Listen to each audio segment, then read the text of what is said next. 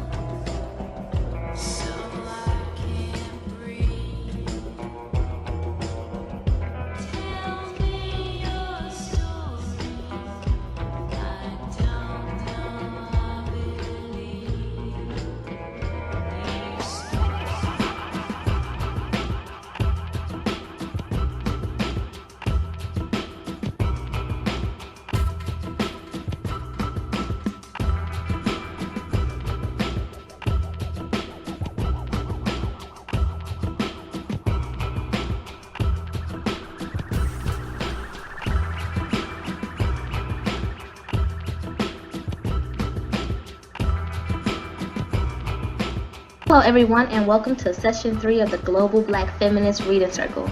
My name is Randie Henderson and I am one of the Black Feminist Reading Circle members of this online group. This session runs from January 20th until June 2nd and includes 2 week-long breaks. Our democratically selected reading material is Harriet A. Washington's book, Medical Apartheid, The Dark History of Medical Experimentation on Black Americans from Colonial Times to the Present.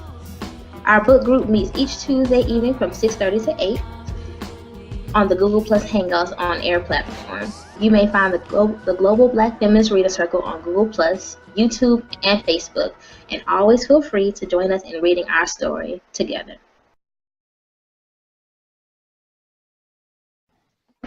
Well, good evening, everyone.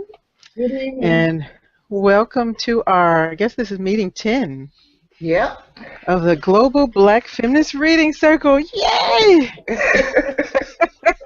And we are continuing our reading of Chapter 8, The Black Stork, the Eugenic Control of African American Reproduction.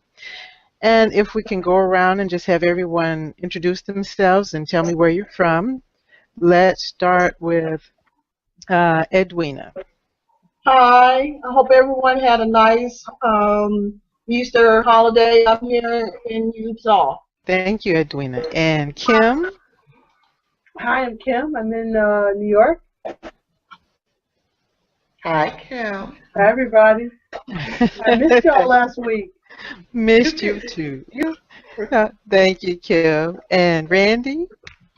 Hi, I'm Randie. I'm watching from Atlanta, and it's good to see everybody. And Venita? Would you Hi, introduce? everyone. I hope everyone had a restful and reflective weekend. My name is Venita Walker, and I'm joining you from Cromwell, Connecticut. All right, thank you. And Michelle?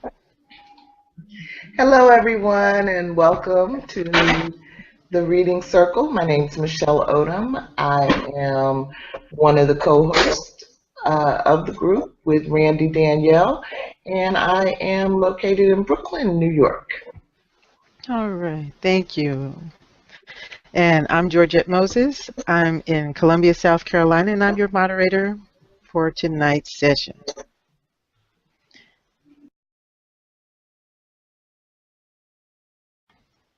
We can get started on Chapter 8, The Black Stork, the Eugenic Control of African American Reproduction. The Black Stork, the Eugenic Control of African American Reproduction. This chapter illustrates the various ways the reproductive freedom of African Americans have been assaulted by discouraging the birth of inferior Black children and by curtailing the fertility of Black mothers. Americans of various backgrounds and allegiances participated in this eugenics movement. Germans and Americans shared their flawed eugenics practice and beliefs, many of them evolving into current laws and social, economic, and medical policies today. Many women and men have been harmed by these codified beliefs with no compensation. Some of our own Black leaders were complicit in this. We still live with the false specter of the crack baby, stigmatized teenage girls as hypersexual, and chose to punish and medicate rather than counsel and protect. Okay. Thank you, Venita.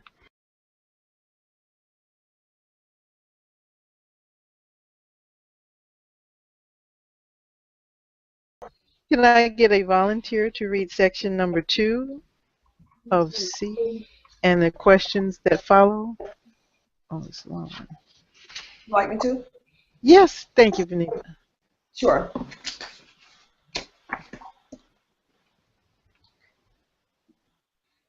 Despite these public legislative efforts, most sterilization of poor Black women happen outside the law in violation of medical mores.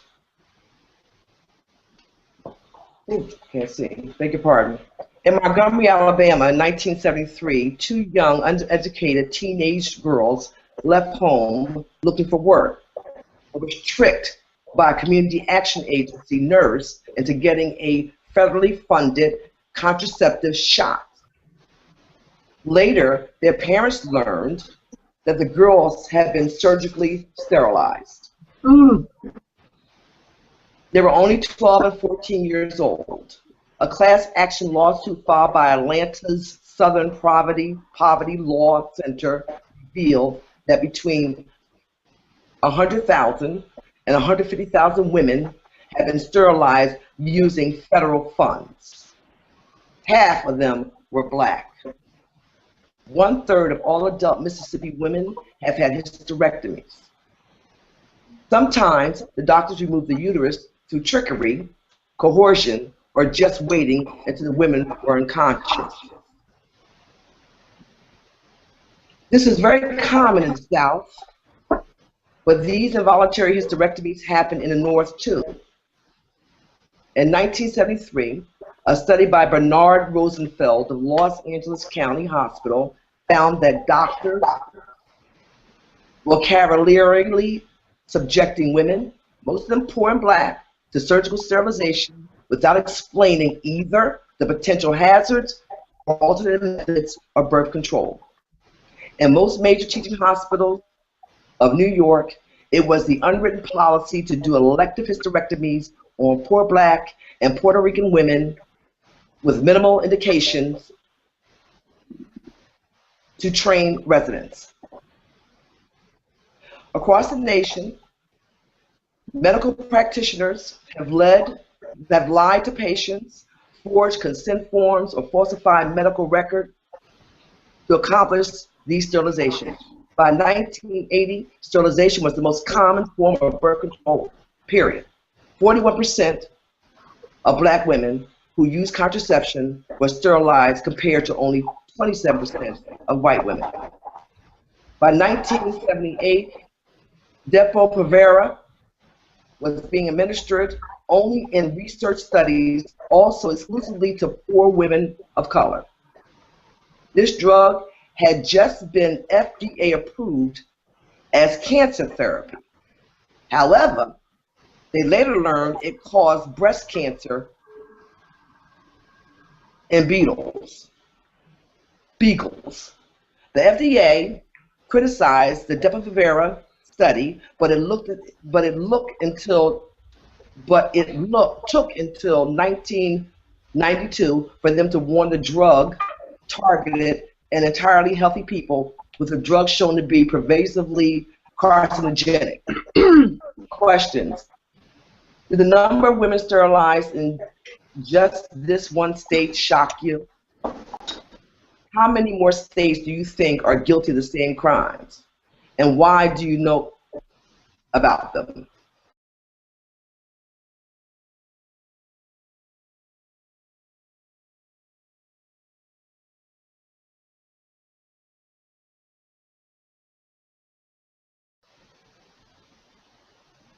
Question, why do you think hysterectomies are still offered as the only curative option to illness, like fibroids or endometriosis, when most conservative treatments are available?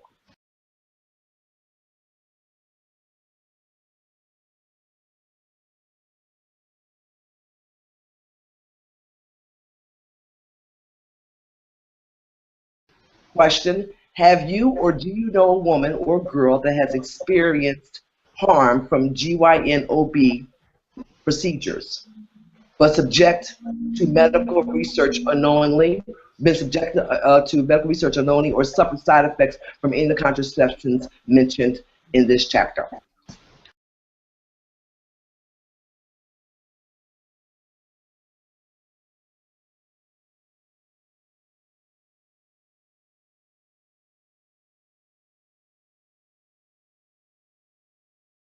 Let me offer one correction to the notes. I believe the Depo-Provera was found to be carcinogenic in beagles in 1973, and they knew that in 1973. But in 1978, they were administering it to Black girls in a research program. And I know that because I read that passage very carefully, Georgette, because I realized that I was one of those girls. That's kind of bad news, huh? So of course I was like, what happened? Yeah, incredible. Indeed. I have a good example. I went to see my gynecologist for a pap smear test. And one thing I noticed during the exam, he was very rough with me. And I told him, "You're hurting me." And he looked at me as if, you know, he was oblivious to my complaint. And later he made another appointment and said they wanted to check for fibroids. So I said, of course, you know, trusting, you know, I'm a trustworthy person, and doctors, you should trust your doctor. Well, it got to a point where these guys had gotten together to set up a surgical procedure for me, and I refused. I said no, and they were interfering, telling me I need to go see a therapist and blah blah blah. And I'm saying no. I just came in for a pap smear, and my pap smear was clean. But now you want to do invasive, go inside me and use surgical instruments on me. Well, I guess my intuition. Through intuition, I realized that something was up. This did not sound right. And so I didn't go back. And they had even kept calling me, put some female doctor on the phone and to sweet talk me, butter me up, and ask me, why are you refusing? I asked her, don't call back anymore. But there was this intuition I had. This is something intuitive that told me to run. Good. Good. Wow. It didn't sound right. Especially when all of a sudden you go see one doctor, and then there's 5 or 6 of them staring you in the face with white coats, and they're ready to get in, to start surgery. And I'm going, no. I didn't make an appointment for that. All right. Whoa. All right. Thank you for sharing that, Edwina. Wow. That was hard. That was hard, but something inside me told me something that this wasn't. The scenario was wrong. Something was wrong. Yeah. Sometimes you have to go with your gut feeling. It might be the best choice you make. So, in other words, be careful when you go for your pap smears or your GYN-OB appointments, and hopefully you get an honest doctor. But these guys were up to no good. Wow. Can I ask you a question, Edwina? Sure. I hope this is not a place, but what kind of insurance did you have? Well, that you know what, I think that's the insurance that I had wasn't like Blue Cross or, let's see, I think that was a problem too. I don't even have to name it, but I think the insurance that you carry affects the way you're treated by doctors as well. Is that a good explanation? Oh, yes, absolutely. Without me having to reveal, my personal. Yes. All right. Thank you. You're welcome. Absolutely. I have a comment. I remember when I had my second child, Clint, and my children are 10 years and 10 months apart. And at that point, I already knew that Clint was the last child. Okay. Excuse me, I have a question. Who's monitoring the time now? I am. She's a woman of many talents, many talents. She can do it. So I already knew that was my last child. That was good. Okay. And my doctor, I talked to him about sterilization because I didn't feel that's your last child. There's no need for me to actually take birth control pills or anything until I die, because that's what would have happened. So, but he refused. There was in 1987, the year that Clint was born, and he refused. He talked to me about alternative birth control. He also said that right now you may be a little emotional, Venita, but you are, and maybe we should revisit this a year from now. And I told him, I think I've made my mind up. I've had like 9 months to think about this.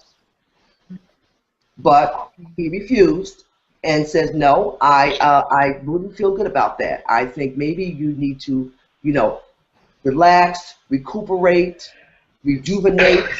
And a year from now, we'll look at this again. And it could have been for a lot of reasons. He was a doctor, OBGYN, that did have a large family. He had about 5 or 6 children of his own. So that might have been his, people's own experiences is how they think. And also, too, you might have been afraid of all the many lawsuits that had come up in previous years. There could have been a lot of reasons why he said that, but I just wanted to mention that because all doctors are not trying to force you to have sterilization. There are some doctors that, as he was, now what reason he felt that way, once again, I can't tell you. It could have been from past lawsuits, from 73 to 87. It could have been just because he believed in procreating, and also, too, he could have been looking out for my best interests. Yes. And I was there a year later with my purse and my shirt. Okay. Well, Venita kills me. She has so many good doctor stories that I don't know anybody else that has all these good doctor stories. I don't have a story of being actually abused as I think you mean it in the question, Georgette. But I do have a story of, and I'm ashamed to say, it was a black female doctor that I had, because I used to be one of those people that only wanted to have black professionals in my life, but she was one of the people that cured me of that. And she had me opened up on the table, and she started saying, I see little green men coming out of you. And so, I'm ready to go, and I'm like,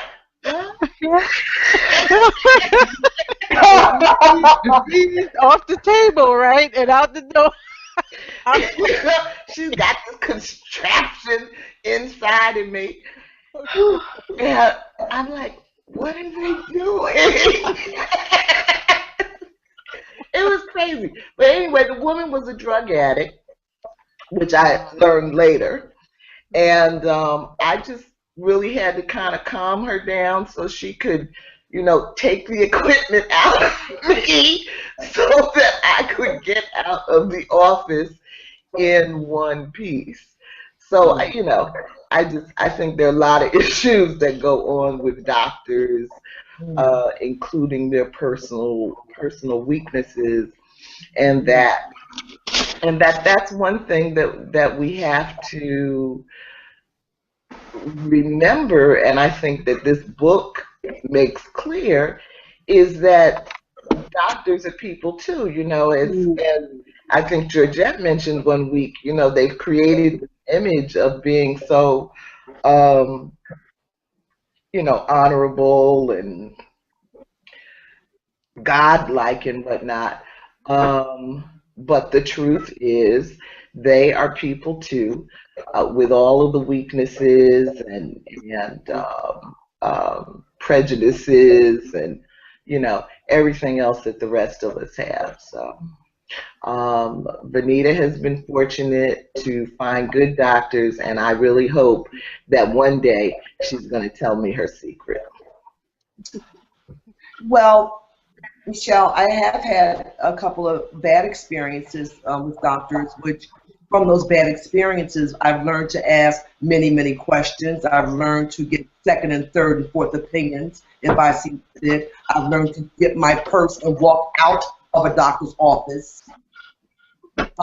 So I think that's maybe why I've had better experiences after that. It's because I was armed with knowledge. I know questions to ask. I don't mind getting a second and third opinion. I will challenge a doctor on anything. if they don't seem totally concerned, where they're with me right here, I have no problems on getting up and saying, excuse me, have a wonderful day. So I had those bad experiences, which caused me to be more aware and take more time to make sure that they understand me, and more than anything, I'm understanding them and feel comfortable before I allow them to touch my body. That's why. But one day, one more time, I'll tell you a couple horror stories. Oh, we're reading enough horror stories. Okay, that's why I try to keep it on a good note. But no, seriously, that's why, because I have had bad experiences, and I've had to actually, you know, get up and leave. Because remember, once again, being a doctor, everyone's not ethical. Hysterectomies, that is major surgery.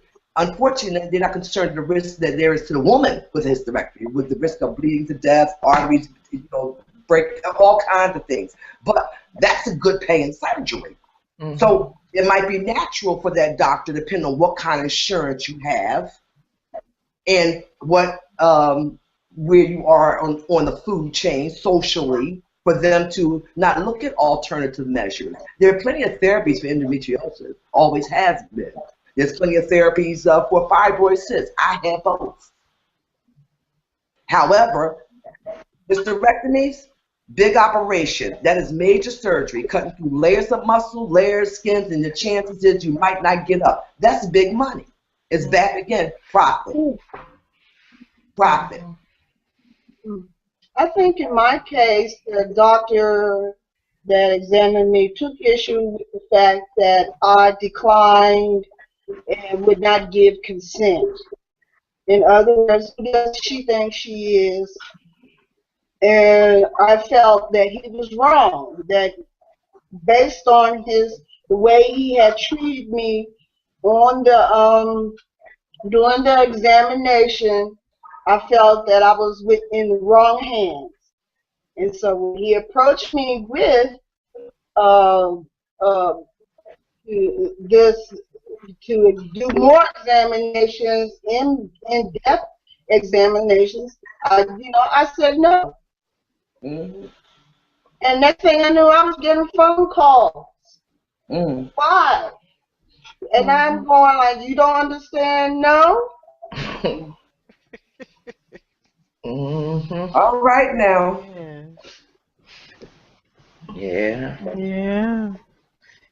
Having control over your body. That's what it's about. Yeah.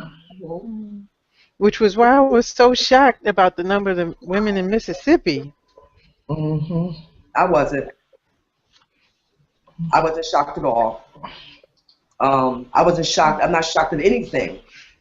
That Mississippi, Alabama, Georgia, nothing shocks me.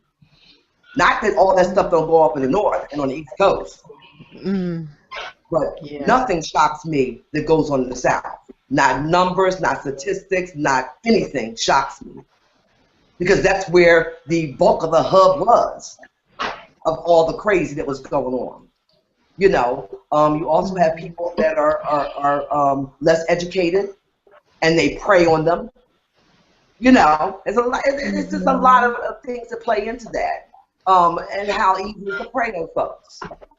I've had bad experiences, but also I have, you know, I wasn't pressured, because when I say I'm done, I got my purse and I'm done.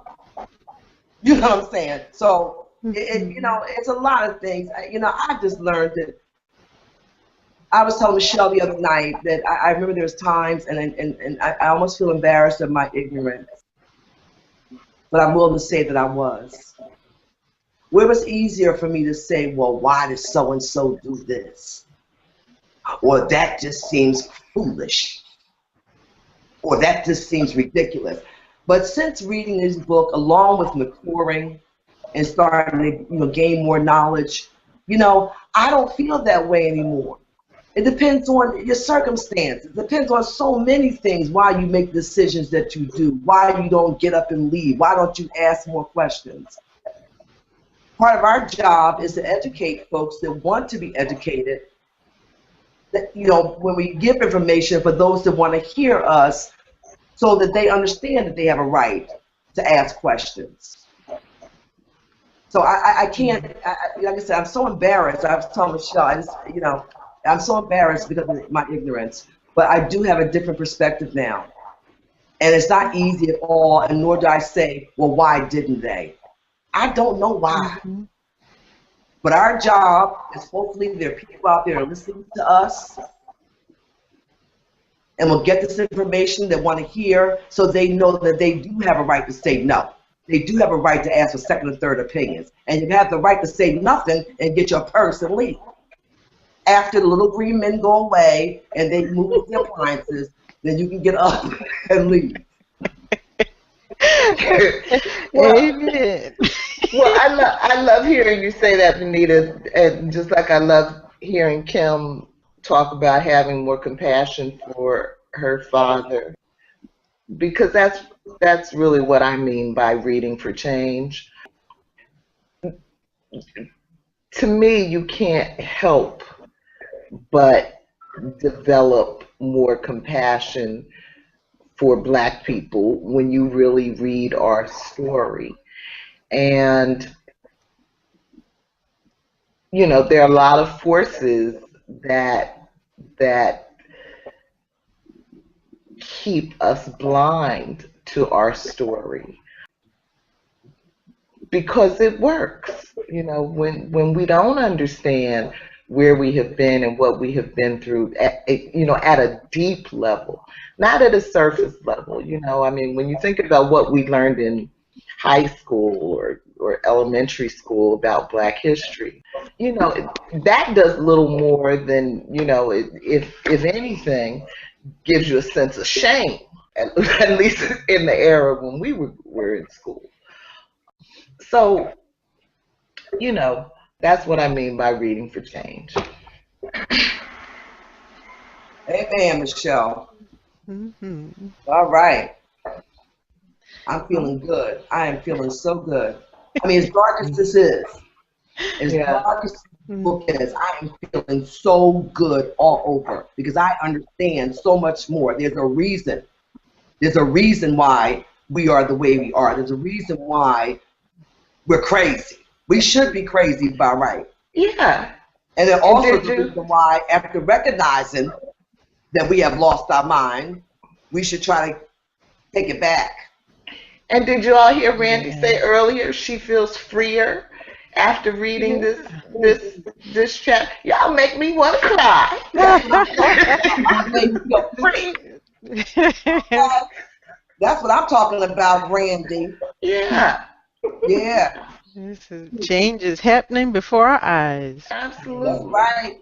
You hear that, Edwina? It's happening. I hear that. I just lost my sister, Lakita. She passed away on January 6th. She had lupus. And my question is, what type of medical care did she have? She died at home. Whereas the doctor or her caretakers didn't know that that her symptoms were becoming detrimental, you know, and I question that. I question the doctor. I really do. You know, I want to. She had lupus. She had other, conditions that deteriorated, her bodily functions.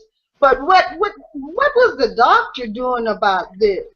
And that was my question, that she had received, she was mistreated and received lack of proper medical care. And I think that is the major cause of her demise. She didn't get proper treatment. And that hurt me deeply. Yeah. Well, Edwina, I have lupus like your sister did. And first of all, it's very difficult to find a doctor to treat it, because only rheumatoid doctors do treat it, and there aren't that many of them. And more than anything, A lot of folks don't even know they don't have enough knowledge to treat it. It's not a disease. It's just that a lot of doctors know what they should know about the disease. And a lot of other things play into that also. You have to have an advocate because you may get sick where you need someone to speak for you. That's very important. It's a lot of reasons why these things can happen. Edwina, you have my condolences for your sister, but believe me, I'm afraid all the time. I think it was a lack of like you say, she didn't have an advocate, lack of advocacy, someone to speak up for her, yes. And the doctor, he not giving her proper care, not monitoring her care, put it that way. Yes. That led to her, me having to call her, and she's saying to me that she's in pain. And I said, Lakita, well, what do you want me to do? You want me to call the hospital? I'm the one that ended up having to call the sheriffs out in Maryland, Prince George's County, Maryland, and the EMTs. They could not revive her. And I was left online, mobile phone, and I heard the whole thing. Yeah. And just, you know, I knew when she had passed. And then about a couple of hours later, the sheriffs called me back and said she didn't make it. But in my heart, you know, from what I heard over the line, I knew she had moved on. Well, I'm sorry to hear about that, Edwina, but it is a disease that's not very well known. A lot of folks don't. It's just getting to the point where people are recognizing what it is. Even our government was not giving a lot of money or resources for research in that area. And she didn't die from lupus. She died from the complication of lupus. The complications and other lines. I'm questioning the doctor's treatment. How come the doctor wasn't aware of her deteriorating situation? And he might have been. But once again, and I'll cut it short because we have so many things to go through. Once again, Edwina, you need advocacy. You need someone to be an advocate for you. Sometimes you get so sick and someone that is constantly on other people, asking questions, making changes that need to be changed. They will tell you how much time you have. That's the way it is. You know what I'm saying? Absolutely. So you did the best you could at a distance. But I'm telling you, when you're down on your back and you can't speak for you, if you don't have someone there, right there, things happen. That was her situation. Okay. Thank you. Yes. All right. All right.